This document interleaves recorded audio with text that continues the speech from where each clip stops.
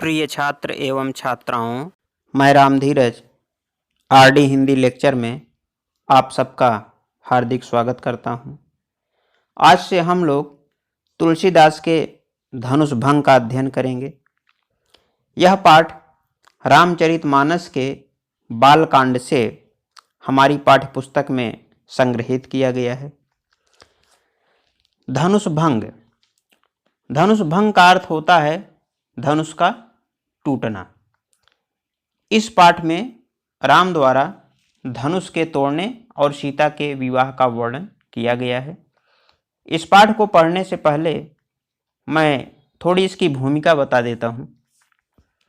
हम जानते हैं कि ऋषि विश्वामित्र एक बार राजा दशरथ के पास आए और उन्होंने अपने यज्ञ की रक्षा के लिए राम और लक्ष्मण को अपने साथ ले जाने की आज्ञा मांगी। राम और लक्ष्मण ने विश्वामित्र के यज्ञ में राक्षसों को मारकर उनका यज्ञ निर्विघ्न पूर्वक संपन्न करवाया।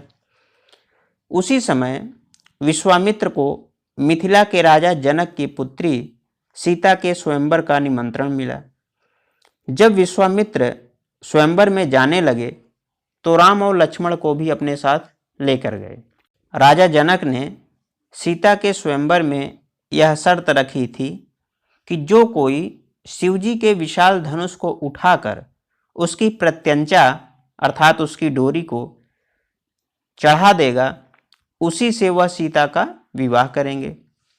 स्वयंवर की शर्त के अनुसार बहुत से राजा और महाराजा धनुष उठाने का प्रयास करके हार गए, किंतु वे उसे हिला भी ना पाए। राजा जनक अत्यंत निराश हो गए। रानी सुनैना भी एकदम हताश हो गईं। तब विश्वामित्र की आज्ञा से राम धनुष उठाने के लिए मंच पर उपस्थित होते हैं।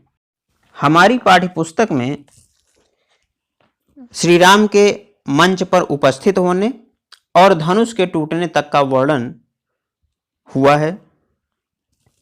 श्री राम के मंच पर उपस्थित होते ही वहां उपस्थित संत जनों और अयोध्या वासियों में खुशी की लहर दौड़ गई और वे सभी उनकी विजय की कामना करने लगे।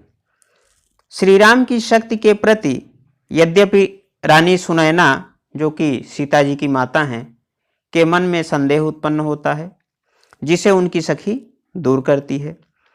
सीता जी भी राम को वर रूप में पाने के लिए अपने विभिन्न देवी देवताओं से प्रार्थना करती हैं। श्री रामचंद्र जी सीता जी के मनोभावों को जान लेते हैं और धनुष भंग कर देते हैं। चारों तरफ उनकी जय जयकार होने लगती है। इन्हीं सब बातों का वर्णन धनुष भंग प्रसंग में किया गया है। तो आइए हम इसके पहले पद को देखते हैं। उदित उदयगिरि मंच पर रघुबर बाल पतंग, बिकसे संत सरोज सब, हर्षे लोचन भृंग। उदित। उदित का अर्थ होता है उदय हुए या उगे। उदयगिरि, गिरि का अर्थ होता है पर्वत, तो उदयगिरि का अर्थ हुआ उदयाचल, अर्थात वह पर्वत जिस पर सूर्य की किरणें सर्वप्रथम पड़ती हैं अथवा जिस पर्वत के पीछे सूर्य उगता हुआ दिखाई देता है, उसे ही हम उदयाचल कहते हैं।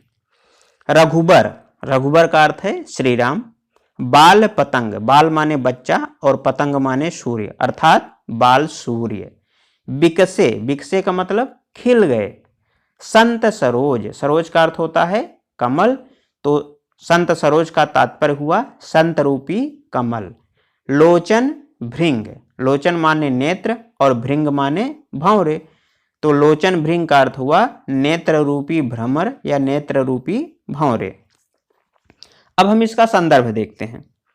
हम जानते हैं कि संदर्भ में हमें शीर्षक और रचयिता का नाम बताना होता है, तो हम इसका संदर्भ इस तरह से लिखेंगे। प्रस्तुत काव्य पंक्तियां रामचरितमानस के बालकांड से हमारी पाठ्यपुस्तक हिंदी के काव्यखंड में धनुष भंग शीर्षक से संकलित हैं। इसके रचयिता भक्ति काल की सगुण भक्ति धारा की रामाश्रयी शाखा के प्रतिनिधि कवि गोस्वामी तुलसीदास जी हैं। अब हम इसकी व्याख्या देखते हैं। स्वयंवर सभा में जब सभी राजा शिव धनुष को नहीं उठा सके, तब श्री राम गुरु विश्वामित्र की आज्ञा प्राप्त करके धनुष पर प्रत्यंचा चढ़ाने हेतु मंच पर आते हैं। उस समय उनकी जो शोभा थी उसी का वर्णन यहाँ पर हुआ है। उदित उदयगिरि मंच पर रघुबर बाल पतंग, यानी जब मंच रूपी उदयाचल पर श्री राम रूपी बाल सूर्य का उदय हुआ तो वहां उपस्थित सभी संत रूपी कमल खिल उठे, बिकसे संत सरोज सब, यानी वहां उपस्थित सभी संत रूपी कमल खिल उठे और उनके नेत्र रूपी भंवरे हर्षित हो गए, अर्थात प्रसन्न हो गए। हर्षे लोचन भृंग, अर्थात जब श्री राम मंच पर खड़े हुए तब उस समय उनकी शोभा ऐसी लग रही थी मानो प्रातःकाल का बालक सूर्य उदय होने के पश्चात उदयाचल रूपी पर्वत पर विराजमान हो गया है। जिस प्रकार सूर्य के उदय होने पर सरोवरों में कमल खिल उठते हैं, उसी प्रकार श्री राम रूपी बाल सूर्य को देखकर स्वयंवर सभा में उपस्थित संतों के हृदय रूपी कमल खिल उठे, अर्थात अभी तक किसी के भी द्वारा धनुष उठाया नहीं गया था। इस कारण सभा में उपस्थित सभी लोगों के मुखों पर उदासी छाई हुई थी। लेकिन जब श्री रामचंद्र जी मंच पर आते हैं तो वह उदासी दूर हो जाती है और सबके मुख पर प्रसन्नता की झलक दिखाई पड़ने लगती है।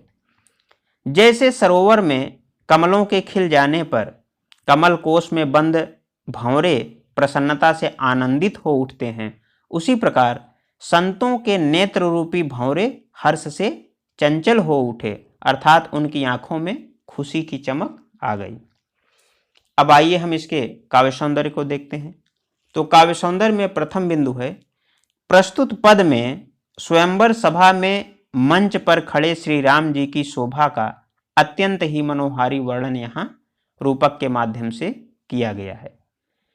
श्री राम के सौंदर्य वर्णन के साथ साथ पर्वत पर उगते हुए सूर्य और प्रातः काल की प्रफुल्लित प्रकृति का अत्यंत मनोहारी चित्रण भी यहाँ पर हुआ है। भाषा, भाषा इसकी अवधि है। रस, रस में श्रृंगार रस है। और छंद, छंद में दोहा छंद है। अलंकार, अलंकार में अनुप्रास और रूपक अलंकार है। यह दोहा रूपक अलंकार का एक अच्छा उदाहरण है, क्योंकि इसमें उदयगिरि में मंच का, रघुबर में बाल पतंग का, संत में सरोज का तथा लोचन में भृंग का भेद रहित आरोप है, जिसके कारण यहाँ पर रूपक अलंकार है। और गुण, गुण में प्रसाद गुण है। तो इस प्रकार हमारे इस पद की व्याख्या पूर्ण होती है। आशा है यह वीडियो आपको पसंद आया होगा। अगले वीडियो में हम क्रमशः धनुष भंग के अगले पदों की व्याख्या करेंगे। तब तक के लिए धन्यवाद।